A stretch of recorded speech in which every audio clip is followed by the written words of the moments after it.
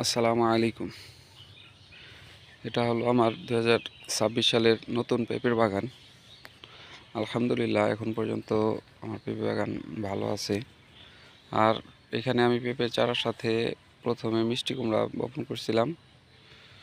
তারপরে মিষ্টি কুমড়া ওঠার পরে পাট শাক বপন করছিলাম।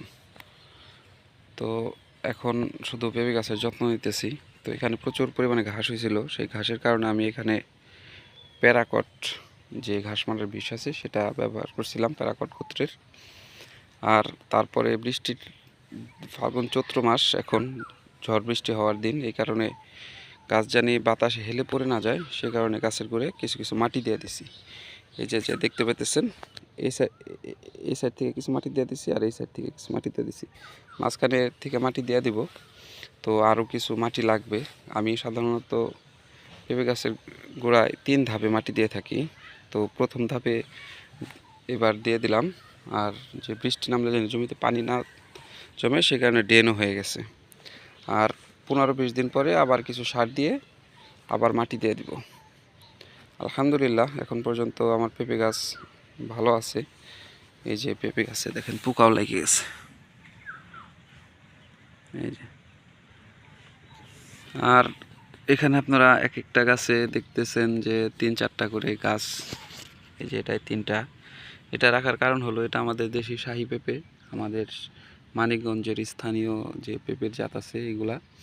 এই জাতগুলাতে যেটা বিশেষ করে বিষ স্প্রে খুব কম করতে হয়, কীটনাশক শুধু মাকড় আর সাদা মাছের স্প্রে মাসে একবার করলে হয়। আমি এইবার খুব কম স্প্রে করছি, অনেক দিন পর পর স্প্রে করছি।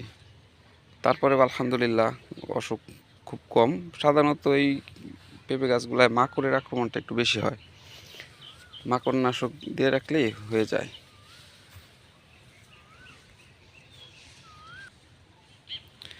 আর এখানে প্রায় 14% জায়গা, সেখানে 140টার মতো গাছ আছে।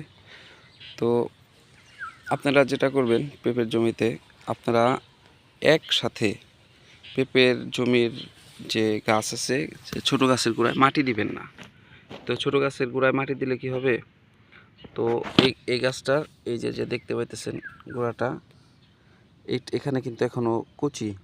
তো হঠাৎ করে মাটি পড়লে ওখান থেকে পচন ধরবে, পচন ধরে গাছটা পচে যাবে। তো আস্তে আস্তে মাটি দিবেন, গাছটা ওইখানে পরিপক্ক হবে। তো মাটি পড়লে আর পচবে না সহজে। তো আমি আমার জমিতে 3 ধাপে মাটি দিই, জানি কোনো সমস্যা না হয়। তো সবাই দোয়া করবেন, ভালো থাকবেন, আমার জন্য দোয়া করবেন, সবাই সবার জন্য দোয়া করবেন। আসসালামু আলাইকুম।